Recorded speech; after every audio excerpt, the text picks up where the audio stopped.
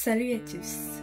Précédemment, nous avons appris que nous devons nous fortifier en ayant pleinement confiance dans le Seigneur Jésus et en sa puissance, même lorsque l'ennemi se vante et rougit à notre porte qu'il en finira avec nous. Aujourd'hui, nous allons continuer sur cet angle et apprendre quelque chose d'essentiel que nous, en tant qu'enfants de Dieu, devons ajouter à notre confiance en Christ pour générer la victoire dans tous nos combats. Et cette chose, ou plutôt ces choses, ce sont les pas ou les actes de persévérance. Maintenant, vous êtes peut-être en train de vous demander, mais qu'est-ce que cela signifie? Je pensais que la confiance en Christ seule pouvait déplacer les montagnes. Eh bien, il y a plus à ça.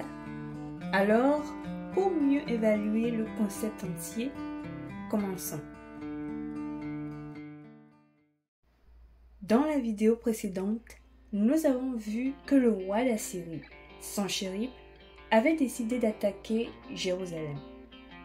Cependant, Ézéchias, le roi de Juda, a courageusement fortifié son peuple à faire confiance à l'Éternel. Mais, après avoir entendu ce qu'Ézéchias avait fait, Sennachérib se chargea d'étancher la sérénité et la confiance des habitants de Jérusalem en envoyant ses messagers pour avilir Dieu et proférer avec arrogance des menaces.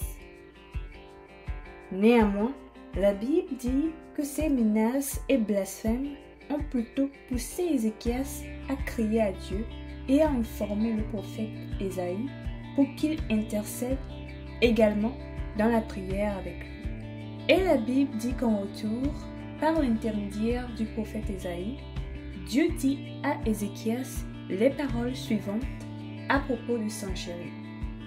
Trouvées dans 2 Rois 19, verset 7, elles se lisent comme suit.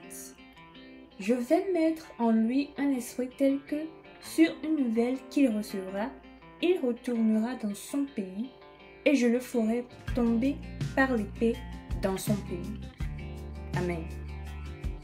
Et tout comme la parole de Dieu l'a dit, Sennachérib, en effet, reçut une nouvelle que le roi d'Éthiopie s'est mis en marche pour lui faire la guerre. Cependant, avant de retourner dans son pays, il a pris le temps d'écrire une lettre très profane dans laquelle il a dépassé les limites en se mettant dans la même balance que Dieu et en blasphémant contre lui. Dès que Ézéchias reçut la lettre, il monta au temple de l'Éternel où il la déploya devant Dieu. Maintenant, prenons une petite pause pour analyser quelques éléments concernant les actions d'Ézéchias. En tant qu'enfant de Dieu, Ézéchias était déjà pleinement confiant que l'Éternel délivrerait Jérusalem de l'attaque du roi d'Assyrie.